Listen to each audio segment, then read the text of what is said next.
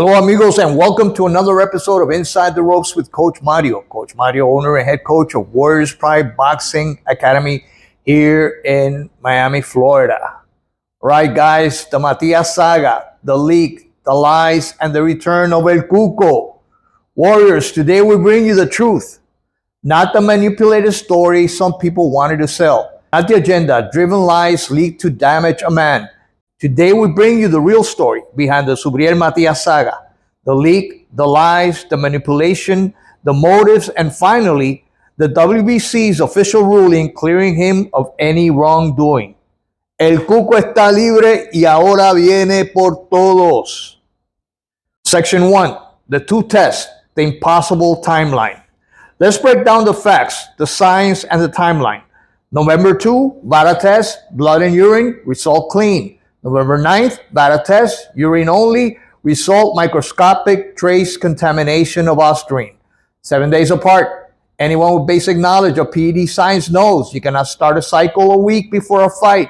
You cannot take a pill days before and produce microscopic levels.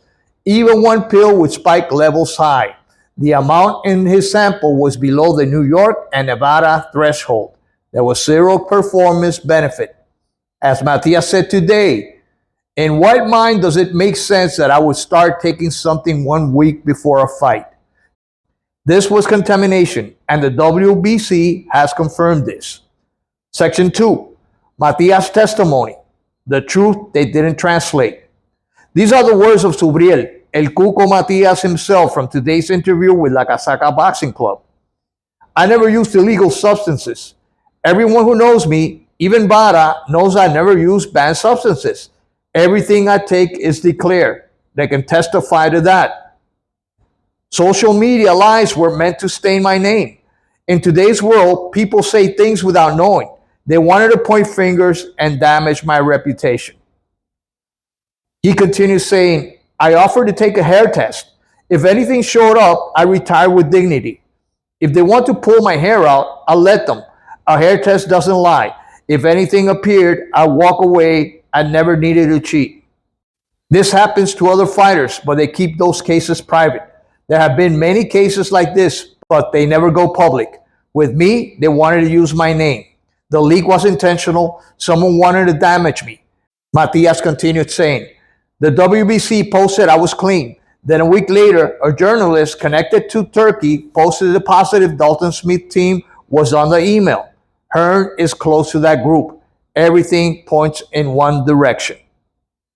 Section 3, the leak, who did it and why.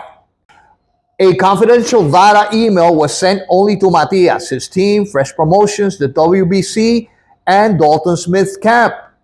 Soon after, the only detail leaked to the media was Matias tested positive for ostarine, but not one outlet reported the microscopic level, the contamination explanation, the clean November 2 test, that New York thresholds weren't violated, that the WBC had an internal memo stating he was clean, that the amount gave no advantage. They leaked the accusation and hid the truth. Who benefited? Number 1, Dalton Smith camp. They gained from damaging the champion mentally and publicly. Number 2, Eddie Hearn. He lost the purse vid. The scandal was leverage. Number 3, Mike Coppinger. He published the leak. He works for Ring Magazine, owned by Turki Al-Sheikh, the same man who wanted this fight in Riyadh, the same man connected to the outlet that broke the story. Coincidence?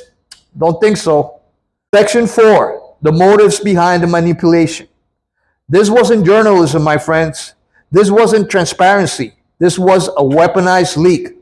A coordinated attempt to damage Matias, create doubt, shift public's perception, apply pressure, destabilize the event, undermine Fresh Promotions, benefit Smith, Hearn, and their partners in crime. But the truth caught up and exposed them all. Section 5, Matias warning, maximum legal intensity. And now, here's what Matias said today, not as a threat, but as a promise inside the rules of this sport.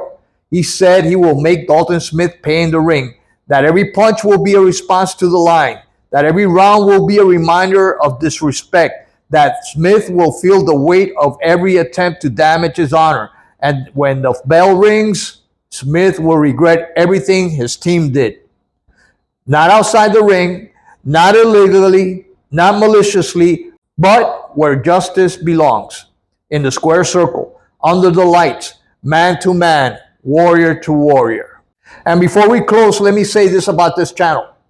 Inside the Ropes with Coach Mario is an unbiased, educated boxing channel. This is not a flag-waving fanboy page. This is not a casual entertainment channel where people spew ignorance. I've been in this sport for decades, training fighters, studying fights, analyzing careers, and been inside the ring many times as an amateur fighter, long enough to know how to speak objectively. We don't favor fighters based on race, religion, nationality, or emotional attachment. Good fighters and bad fighters come from every country. We call it exactly how it is, always.